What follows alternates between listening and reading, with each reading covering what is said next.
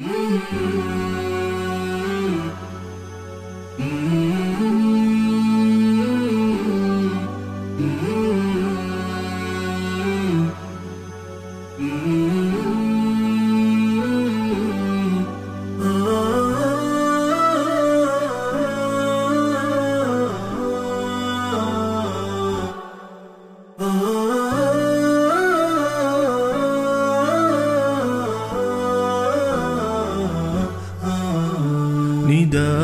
الحق صوت قد شجاني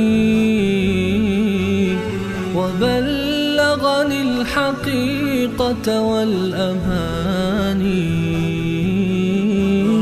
وكان لي السبيل إلى المعالي ونورا للهداية والبيان.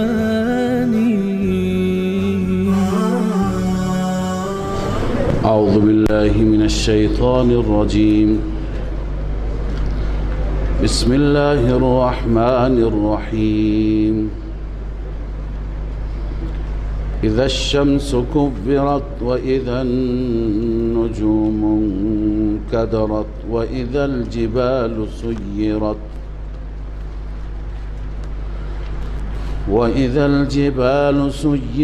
وإذا العشار عطلت وإذا الوحوش حشرت وإذا البحار سجرت وإذا النفوس زوجت وإذا الموءودة سئلت بأي ذنب قتلت. صدق الله العظيم. اللهم صل على سيدنا محمد وعلى آله وصحبه وسلم.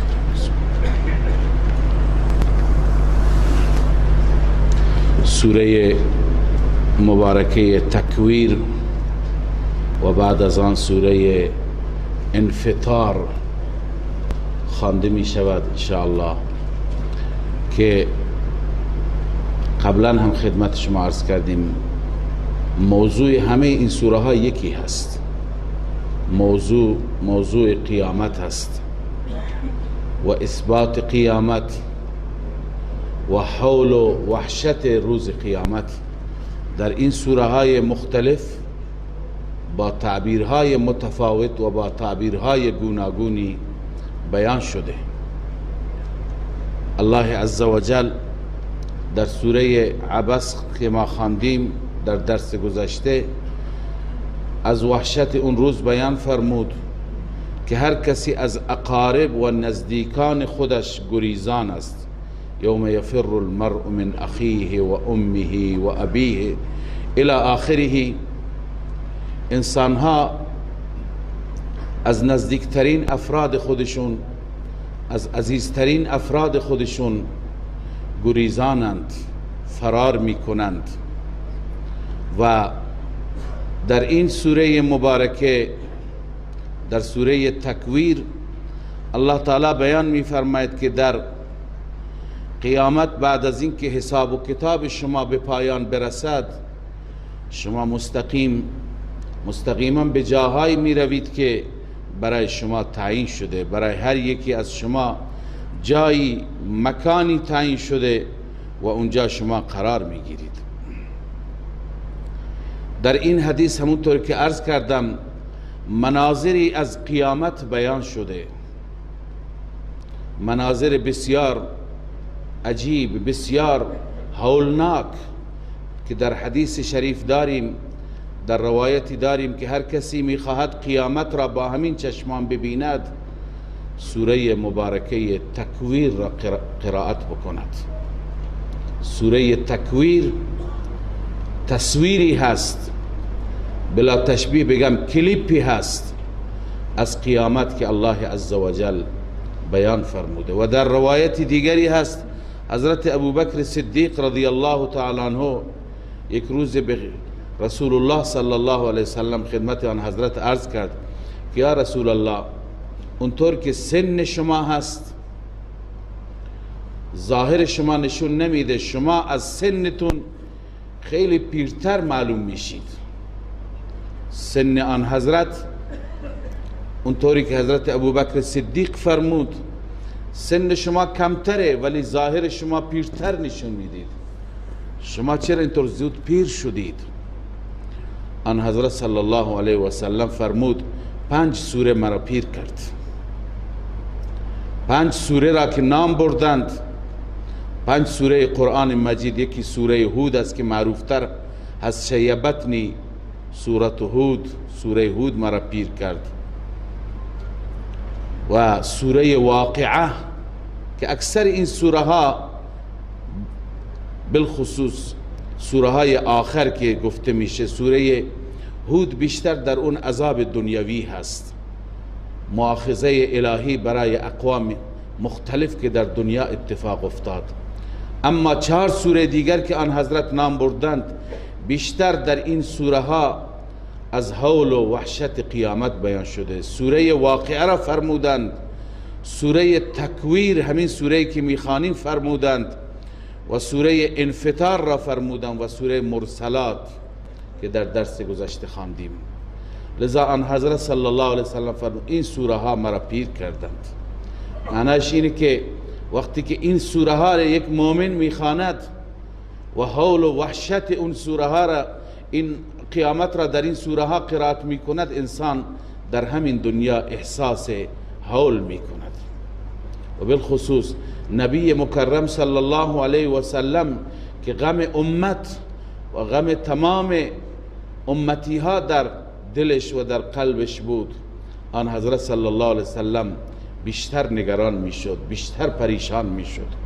لذا در این سوره مبارکه در ابتدای سوره 12 تا از احوال الله ذکر می فرماید، 12 تا از اتفاقاتی که در قیامت، قبل از قیامت و بعد از قیامت اتفاق می افته الله ذکر می فرماید که مفسرین گفتند 6 تا اولی مربوط به قبل از نفخه دوم هست، یعنی بعد از نفخه اولا، قبل از نفخه دوم، قبل از اتفاق قیامت، و 6 تا اتفاق بعدی بعد از نفخه دوم است، بعد از اینکه قیامت برپا میشه.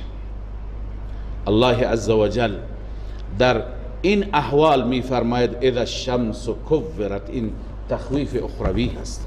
الله بیم میده ما را از حول اون روز که ما باید بترسیم، ما باید آماده باشیم. البته این حول و این وحشت برای کسانی هست که مشکل دارند. ان الذين سبقت لهم من الحسنى اولئك عنها مبعدون لا يحزنهم الفزع الاکبر. این فزع اکبر و این وحشت بزرگ که در این سوره های متعدد یادآوری شده برای انسانهای نیکوکار یا برای انسانهای مخلص، برای اون انسانهایی که الله عزوجل برای اونها بهشت را نوشته، برای اونها این وحشت نیست. ذا الله می فرماید اذا الشمس کورت، زمانی که خورشید بی نور میشه. اصل تکویر میگویند پیچوندن چیزی را، یه چیزی که کور امامه به دور سر امامه را ما میپیچانیم، این را تکویر میگویند. معنای اصلی و واقعیش اینه که خورشید و بساط خورشید پیچونده میشه، جمع میشه، کارش دیگه تمام میشه، مأموریتش به پایان میرسه.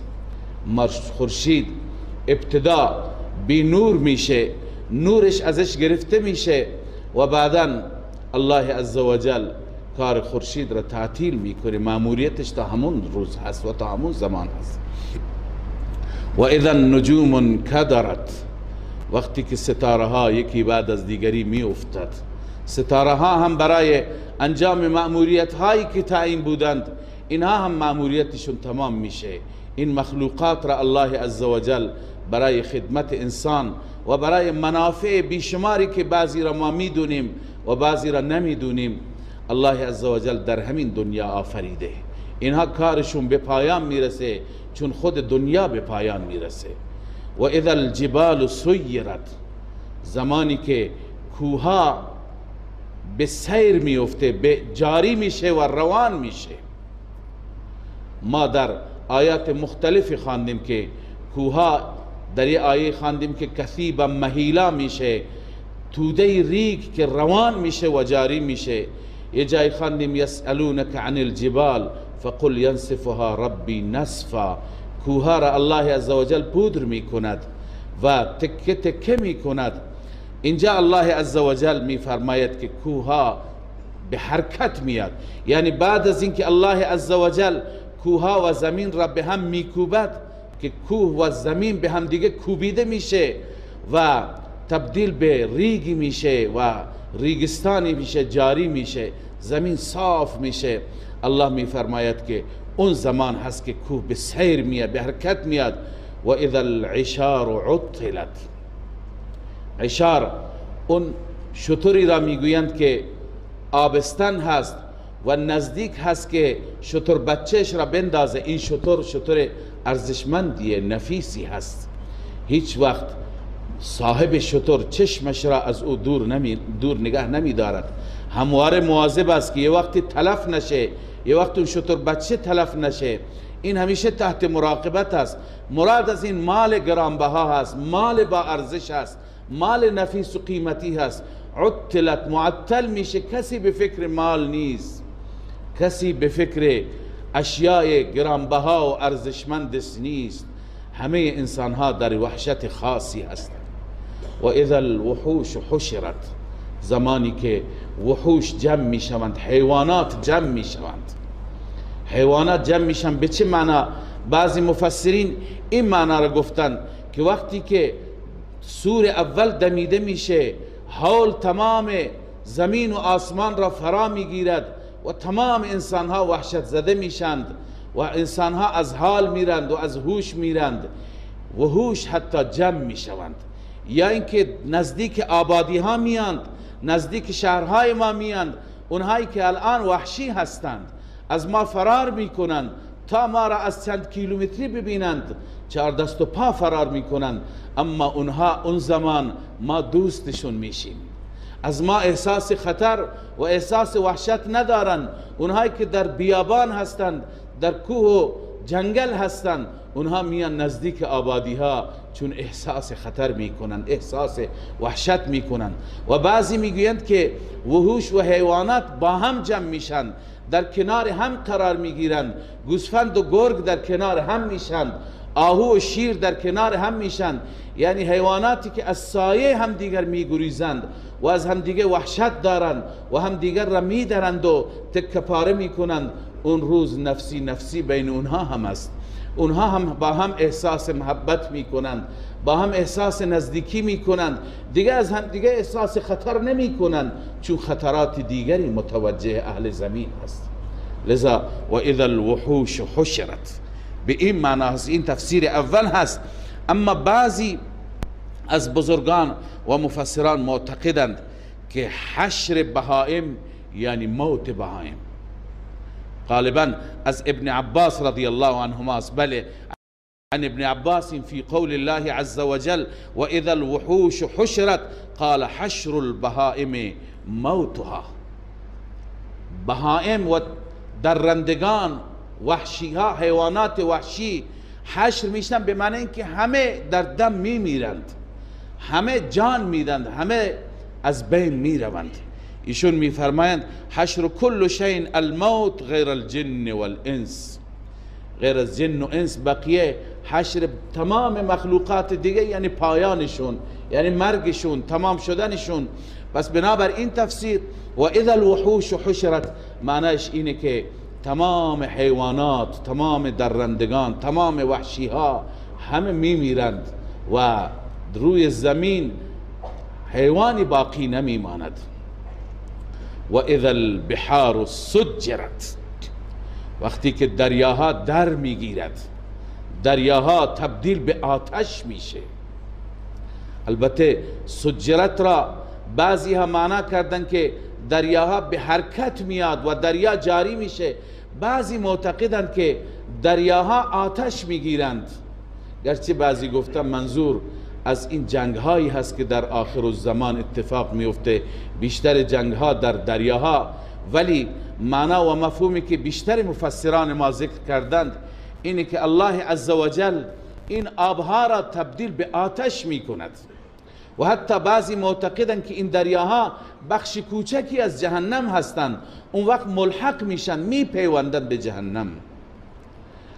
و اذا النفوس زوجت، وقتی که نفوس با هم جفت میشوند، نفوس با هم جفت میشوند معنیش چیه؟ بعضی این معنی را گرفتند که همه نفوس در کنار هم جمع میشند، اما بعضی معتقدند که نفوس یعنی روح و جسد هست، که روح و جسد با هم جفت میشن، با هم آمیخته میشن، دوباره با هم یک جا میشند و انسان دوباره زنده میشه، انسان دوباره حیات پیدا میکند.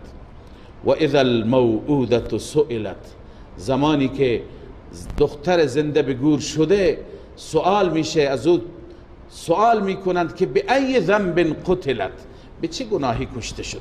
معنیش اینه که اون روز روزی هست که به داد مظلوم رسیدگی میشه و از ظالم بازخواست میشه.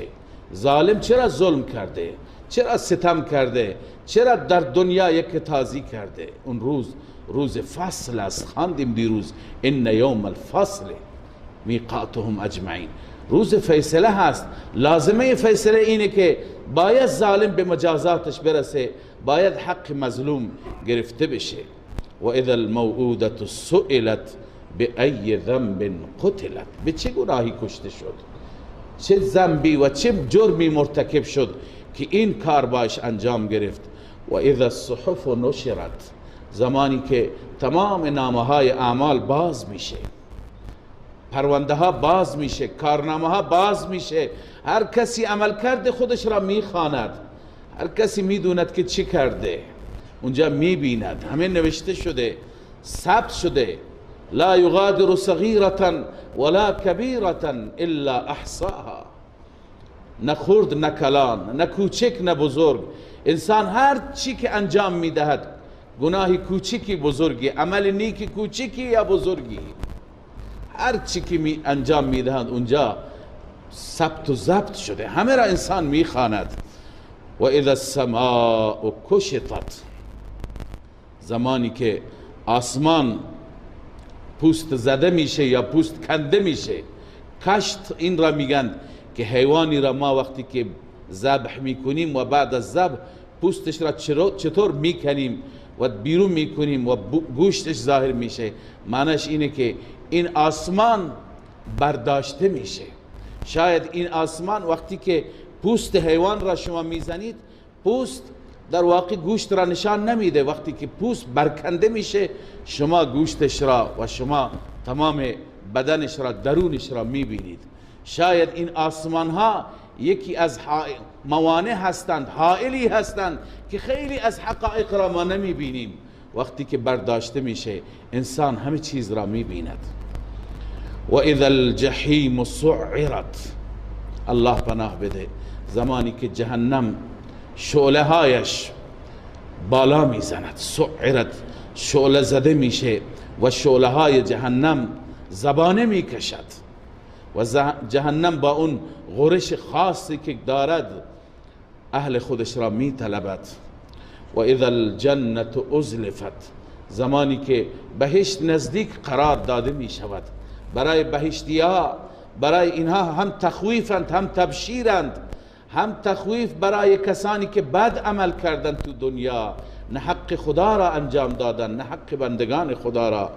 و زمانی که بهشت نزدیک قرار داده میشه، کسانی که در دنیا نیک عمل کردند، در دنیا طاعت و بندگی کردند، در دنیا ربشون را راضی کردند، بهشت برای اونها نزدیک قرار داده میشه. یعنی برای اونها مشکل نیست، زود به بهشت میروند. علمت نفس ما احضرت، این جواب هست. اذا الشمس کورت و اذا النجوم انکدرت، اینها همه شرط بودند. جوابش علمت نفس ما احضرت، زمانی که این اتفاقات بزرگ میفته، هر نفسی میداند که چه آماده کرده. هر انسان میدوند که در دنیا چی کرده و برای آخرتش چه چیزی تقدیم بکند. علمت نفس ما احضرت من خیر و شر. انسان میدوند چه خیری انجام داده چه شری انجام داده، همه را میدوند که چی انجام داده. لذا الله عز وجل در رابطه با احوال قیامت علی سبیل ترقی می فرماید فلا اقسم بالخنس الجوار الکنس واللیل اذا عسعس والصبح اذا تنفس انه لقول رسول کریم. اساتید و مشایخ ما میگویند که این فلا اقسم اینجا سوگند هست، اما جواب سوگند اینجا مذکور نیست، محذوف، مفهوم است، از سیاق معلوم میشه، از آیات گذشته معلوم میشه. اصلش اینه فلا اقسم بالخنس الجوار الکنس واللیل اذا عسعس والصبح اذا تنفس لترکبن طبقا عن طبق. از آیات دیگه گرفته شده که سوگند یاد میکند الله عزوجل بالخنس. تفسیر خنس و جوار و کنس یک چیز است. خنس اشاره به خنس اصلش جمع خانس هست، اونی که خودش را عقب میکشد. الجوار جمع جاریه هست، اونی که راست و مستقیم میره. الکنس جمع کانس هست، اونی که مخفی میشه.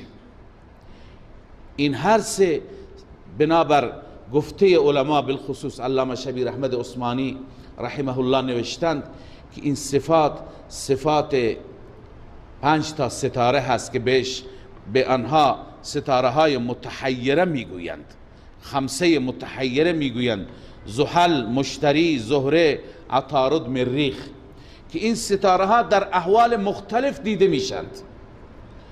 گاهی این ستاره ها را انسان میبینه که به همون جای اول هستند، اول شب دیده اینا حرکت کردند، آخر میبینی به همون جای اول، گویی که خودش را عقب میکشد. این حالت خنس نام دارد، خانس. و گاهی میبینیم که مستقیم این ستاره ها انجام ماموریت میکنند، راست میرند، و گاهی اینها اصلا ناپدیدن، هرچی میگردید تو آسمان پیداشون نمیکنی. کسانی که نسبت به احوال فلکیات و نجوم آشنایی دارند میدونند که اینها احوال متفاوتی دارند. به این خاطر به این ستاره ها میگن 5 متحیره، گویا اینا حیران هستند. یک بار حرکت میکنن، راست میرن، بار دیگه میبینی سر جای اولش قرار گرفته، و یک لحظه دیگه هرچی نگاه میکنی ناپدید است، معلوم نیست کجا رفت. لذا همونطور که این ستاره ها احوال متفاوتی دارند، متحیره هستند، انسان هم اونجا در قیامت متحیره هست. لترکبن طبقا عن طبق. شما احوال متفاوتی دارید، شما بر پله ها یکی بعد از دیگری میرید، بعضی به درجات میرن، بعضی به درکات میرند. اونهایی که نیکند درجات بالا و عالیه ای را میپیمایند، و اونهایی که بدند به درکات پایین و پایین تر میرند. لذا الله میفرماید سوگند به اون ستاره هایی که الخنس عقب میکشند خودشون را، الجوار مستقیم میروند، الکنس اون ستاره هایی که ناپدید میشوند، واللیل اذا عسعس، قسم به شب، اذا عسعس ای اذا ادبر و اقبل، شب میره میاد، یک لحظه الان شب نیست، چند ساعت بعد میاد دوباره میره. و صبح اذا تنفس، و سوگند به صبح، زمانی که تنفس میکنه، یعنی صبح میشه. تنفس صبح با آغاز صبح هست. الله میفرماید سوگند به اینها که شما در روز قیامت احوال متفاوتی دارید، شما جاهای مختلفی دارید که شما مستقیما میروید به اون جاهای خودتون قرار میگیرید. انه لقول رسول کریم، اینجا اشاره به دلیل وحی هست، یعنی اون چی که رسول مکرم صلی الله علیه و سلم برای شما میگوید از قول جبرئیل امین، فرشته معزز الله عزوجل، و اون از طرف الله میگه، پیغمبر از طرف خودش نمیگه. لذا این مطالب خدایی هستند. الله به شما میگه ذاتی که و من احسن من الله قیلا و من احسن من الله و من اصدق من الله حدیثا، چه کسی از او صادقتر، چه کسی از او راستگوتر.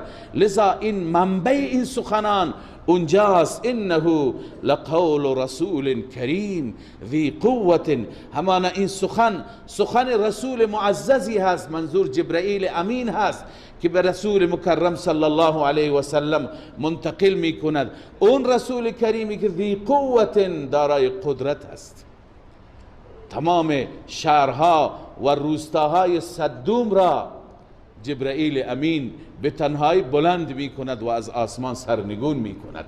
قدرتش از اونجا معلوم هست. ذی العرش مکین، عند ذی العرش مکین، نزد الله عزوجل هم این فرشته مکانتی دارد، این سید ملائکه هست، این پیش الله عزوجل جایگاهی دارد، این برای خودش شخصیت بزرگی هست در میان فرشتگان. و الله عزوجل هم این فرشته را به این مکان و جایگاه خاصی عنایت فرموده. مطاع، فرشته ای هست که مطاع، بقیه فرشته ها همه مطیع او هستند. این در رأس است، این سالار همه هست، این کسی است که از این حرف شنوی میشه، اطاعت میشه. ثم امین، این آنجا امین هست، یعنی یکی از القاب جبرائیل امین هست. معنای امین البته اکثر این صفات به خاطر اینکه کلام الهی، به خاطر نسبت با کلام الهی هست. امین است به خاطر اینکه در حفظ این کلام امانت را رعایت کرد. اون چه که رب بهش داد همون رب محمد رسول الله صلی الله علیه وسلم آورد و رساند. رسول هست به همین خاطر، به خاطر این رسالت و رسالت هایی که برای انبیاء دیگه داشته. لذا الله می فرماید پس واسطه، چنان واسطه قوی، چنان واسطه امین و چنان واسطه با شخصیتی هست. لذا وقتی که پیغمبر از زبان چنان پیغمبر، چنان رسولی و چنان فرستاده الله وقتی که این کلام را برای شما نقل می کند، پس این صاحب شما، این همراه شما، این مجنون نیست، این جنون ندارد که شما مشرکین و شما یاوه‌گویان او را متهم به جنون می کنید. و ما صاحبکم بمجنون، صاحب شما مجنون نیست، بلکه جبرائیل برای او این وحی را می آورد و جبرائیل را حتی به شکل اصلیش هم دیده است. ولقد رآه بالافق المبین، پیغمبر خدا صلی الله علیه و سلم همیشه جبرائیل را میدید، به شکل بشر میدید، به شکل دحیه کلبی رضی الله تعالی عنه میدید، به شکل انسان همیشه ملاقات میکرد. اما تنها پیغمبری هست بنابر گفته مفسران که این ویژگی را دارد و این خصوصیت را دارد که جبرائیل را به شکل اصلیش دید.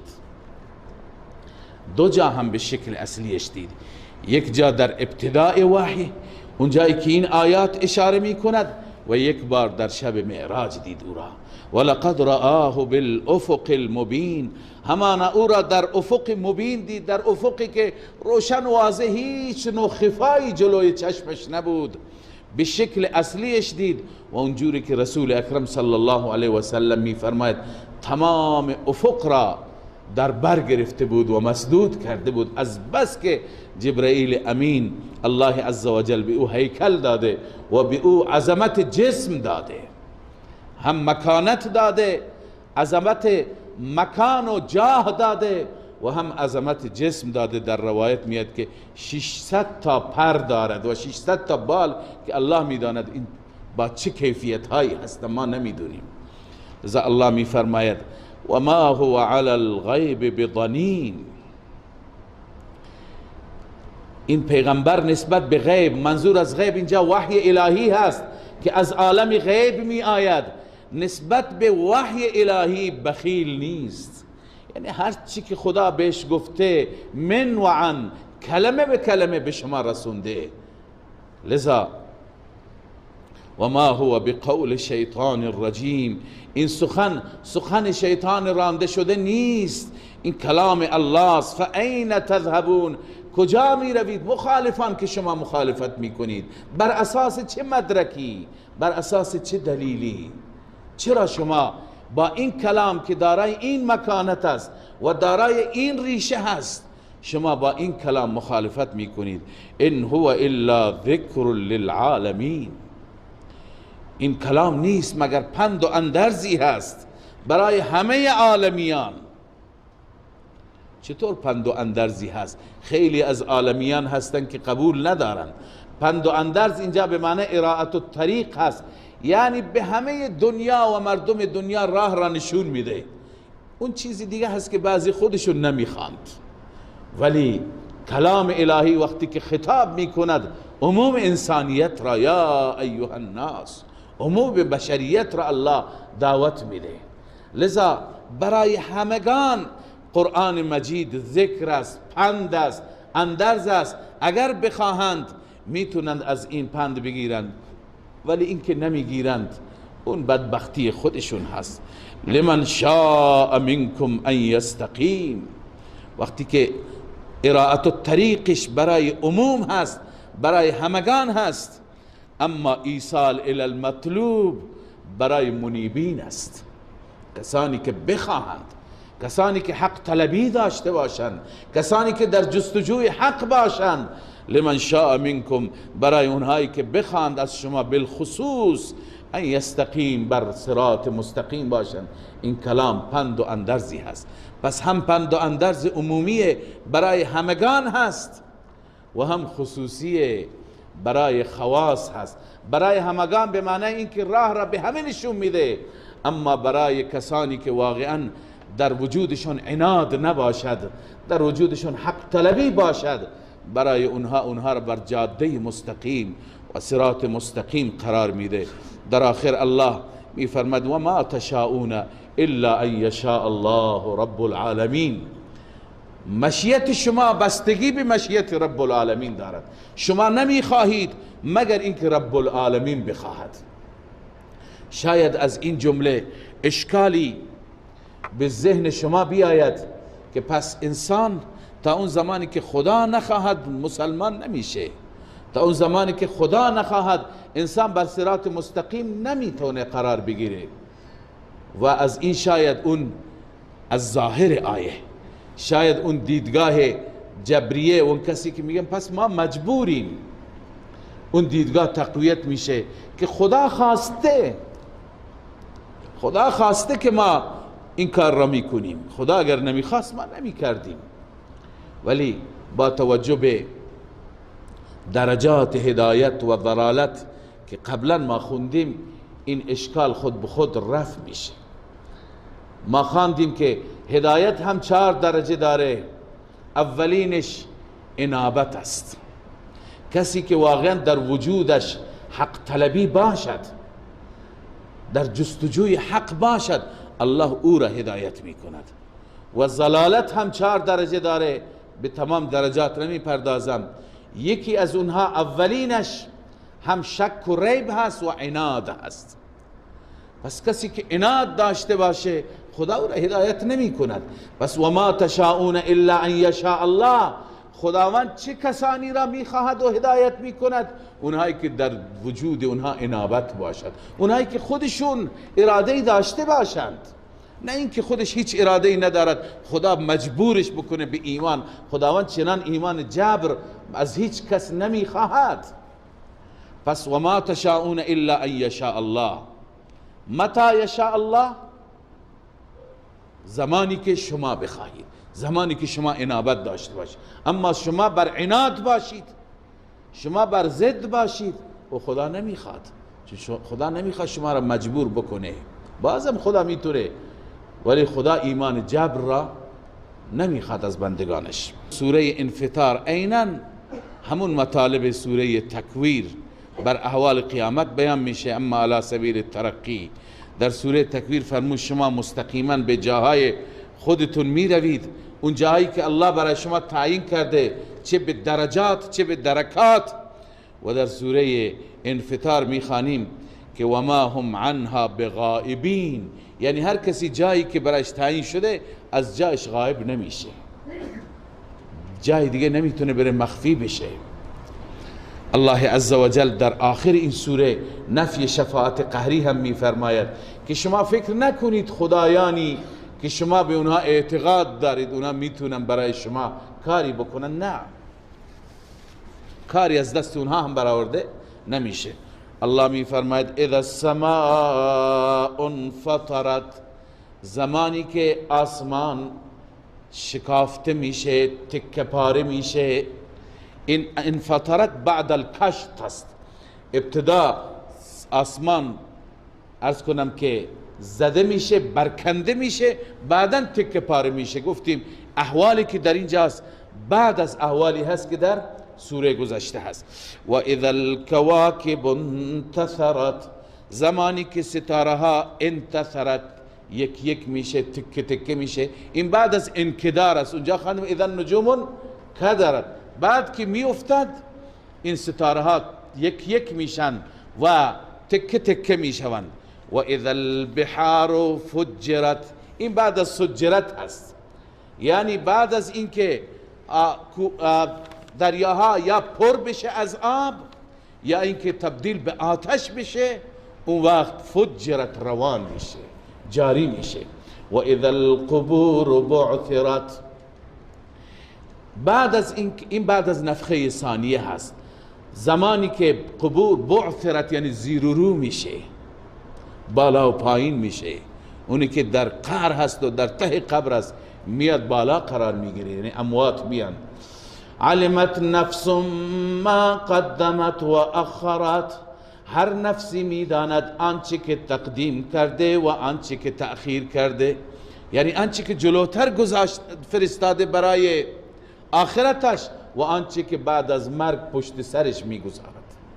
قبلا این آیه را خواندیم و تفسیرش کردیم که مطلب اینه که انسان ها بعضی ها هستن عمل نیک قبل از خودشون میفرستن و بعضی ها هستن عمل نیک مثل صدقه جاریه بعد از خودشون میگذارند. همچنین انسان های بد عمل بد را قبل از خودشون میفرستن و بعضی ها چنان مجموعه ها و مراکز گناه و معصیت بعد از خودشون میگذارند که هر چی که گناه میشه برای اونها هم ثبت میشه. لذا الله می فرماید علمت نفس ما قدمت و اخرت، هر نفسی میداند آنچه که تقدیم کرده قبل از خودش فرستاده و آنچه که پشت سر گذاشته. یا ایها الانسان ما غرک بربک الکریم، وقتی که چنین احوال سختی هست ای انسان تو را چه شده؟ تو چرا فریب خوردی؟ بعضی گفتن مراد از انسان الف لام عهدیه، انسان کافر مراد است، چون انسان کافر هست که قیامت را تکذیب می کند، انسان کافر هست که جزا را تکذیب می کند. الله می فرماید یا ایها الانسان، ای انسان ما غرک بربک الکریم، چه چیزی تو را فریب داد نسبت به رب کریمت، اون ربی که نسبت به تو این همه لطف و کرم داره، اون ربی که تو را آفرید، تمام ما یحتاج تو را فراهم کرد و برآورده کرد. الذی خلقک فسواک فعدلک، اون ربی که تو را آفرید، فسواک برابر آفرید، فعدلک فسواک، هر دو از نظر لفظی و لغوی معنیشون یکی هست، هر دو به معنای برابری و مساوی بودن است. اما بعضی گفتند فرقشون اینه که فسواک از جهت اعضا و جوارح هست، چشم، گوش، دست، پا، همه اینها را الله عزوجل برابر آفرید.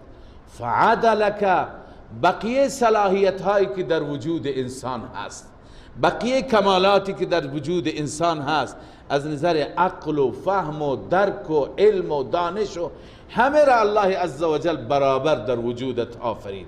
فی ای، این باطن انسان است، فی ای صورت ما شاء رکبک، این ظاهر انسان است، در هر صورتی که خواست تو را ترکیب کرد، به شکلی که الله خواست، به شکل پدر و مادر، به همون هیئت و زیبایی پدر و مادر تو را در آورد.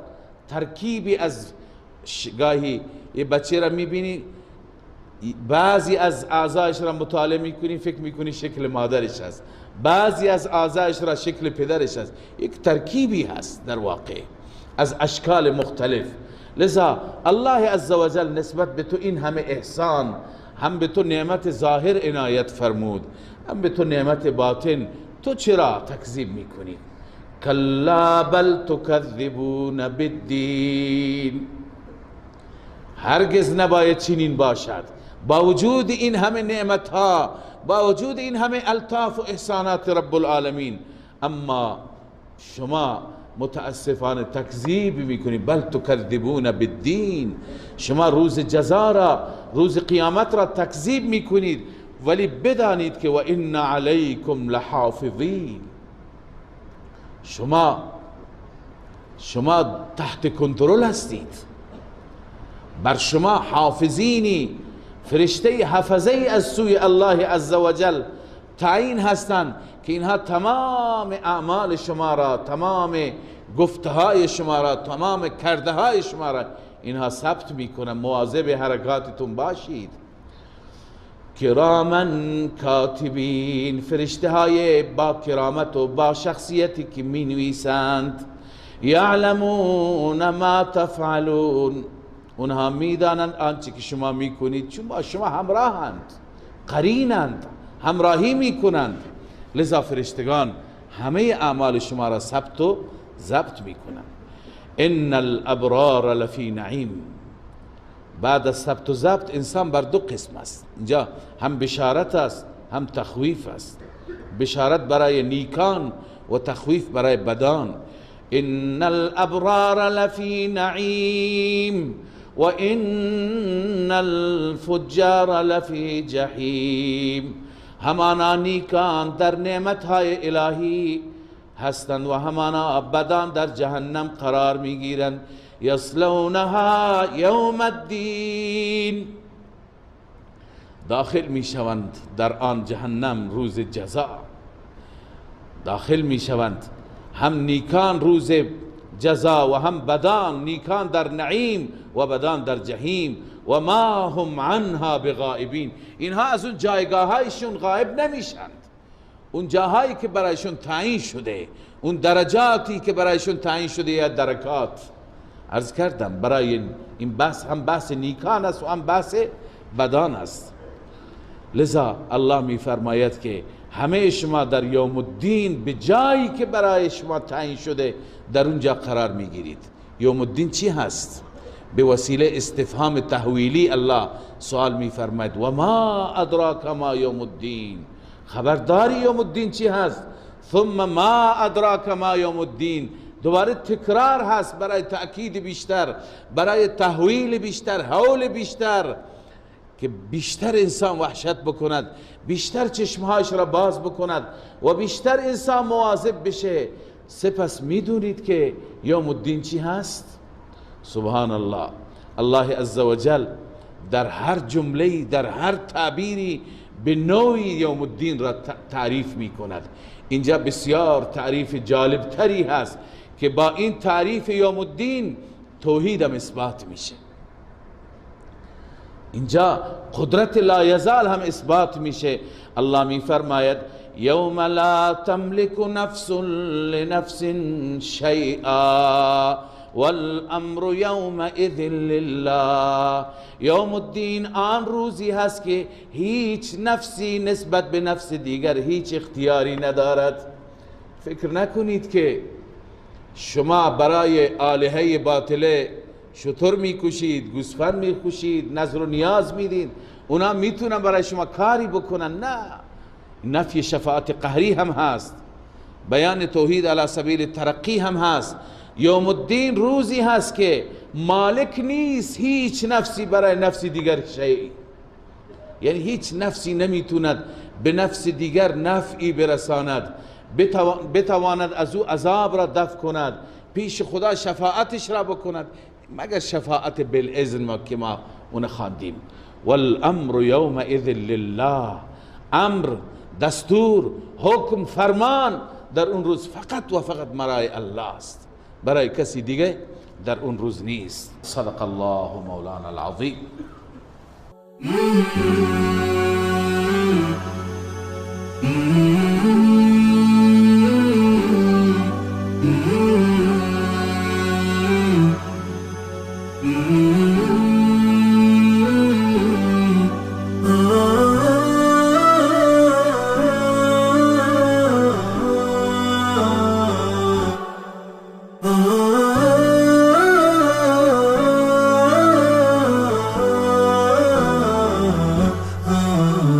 نداء الحق صوت قد شجاني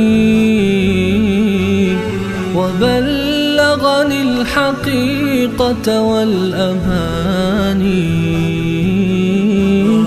وكان لي السبيل إلى المعالي ونورا للهداية والبيان.